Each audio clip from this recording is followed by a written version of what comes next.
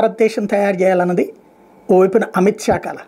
అమిత్ షా లేని హోంశాఖను తయారు చేయాలనేటటువంటి ఆలోచన మావోయిస్టులకు ఉంటుంది. ఎందుకంటే ఏ నాయకుడైతే వాళ్ళని వెంటాడతారో వేటాడతారో వాళ్ళని వదిలిపెట్టరు. వాళ్ళు చాలా ప్రమాదకరమైనటువంటి ఆలోచన చేస్తారు.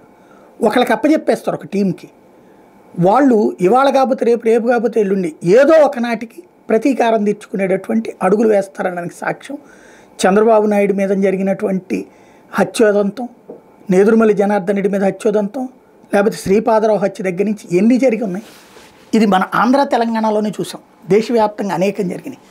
దేశవ్యాప్తంగా మావోయిస్టుల్ని వెంటాడి వేటాడుతున్నటువంటిది ఇవాళ రోజున అన్ని బలగాలు, ఈ బలగాలన్నిటికీ ఆ విధమైనటువంటి స్ఫూర్తిని నింపుతున్నటువంటి వ్యక్తి అమిత్ షా ఓపెన్ స్టేట్మెంట్ ఇచ్చి మరీ చేస్తున్నాడు. కాబట్టి అమిత్ షా మరింత జాగ్రత్తగా ఉండాలి. వాస్తవంగా నెంబర్ 2గా మెలుగుతున్నాడు ఆయన.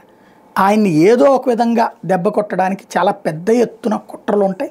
రాబోయేటటువంటి రోజుల్లో దాన్ని ఫేస్ చేయాల్సినటువంటి అవసరం. 2026కి ఆయన మావోయిస్ట్ రహితంగా చేయాలనుకుంటే ఆయన లేకుండా అప్పటికి చేయాలని వీళ్ళు కోరుకుంటుంటారు. కాబట్టి చాలా అలర్ట్గా ఉండాల్సిన అవసరం ఉంది.